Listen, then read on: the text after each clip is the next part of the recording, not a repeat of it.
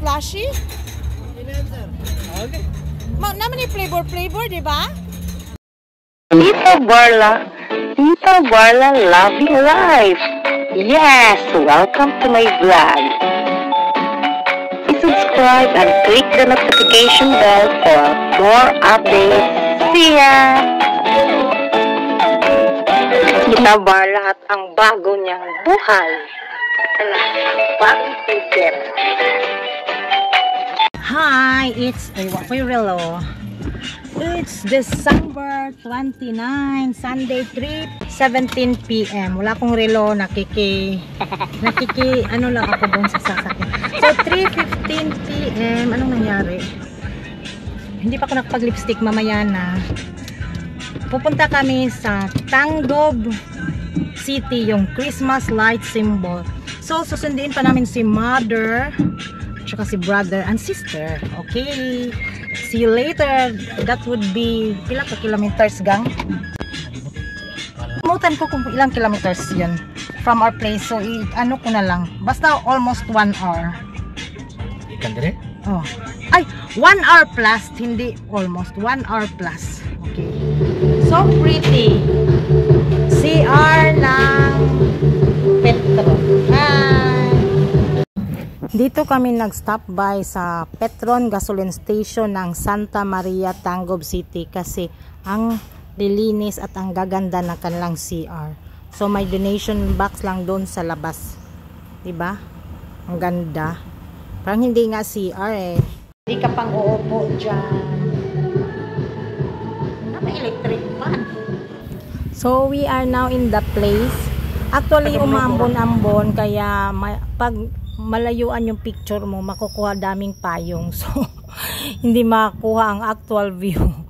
So, ayan. Ang pinipicture nila ngayon is parang tourist spots of the country.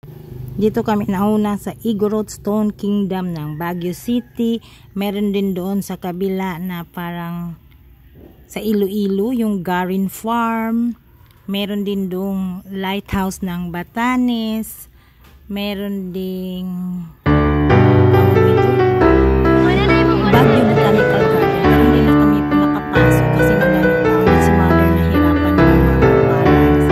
Meron din doon, hindi ko na nakuha yung baka yung Barasuking Church ng Bulacan yun.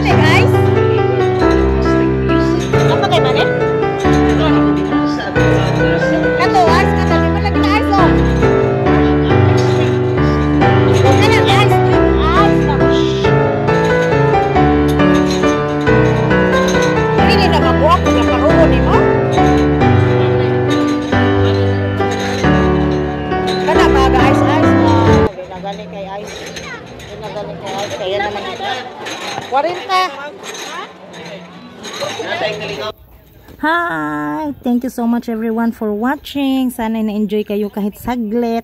And then, Happy New Year everyone. See you in my next vlog. Goodbye!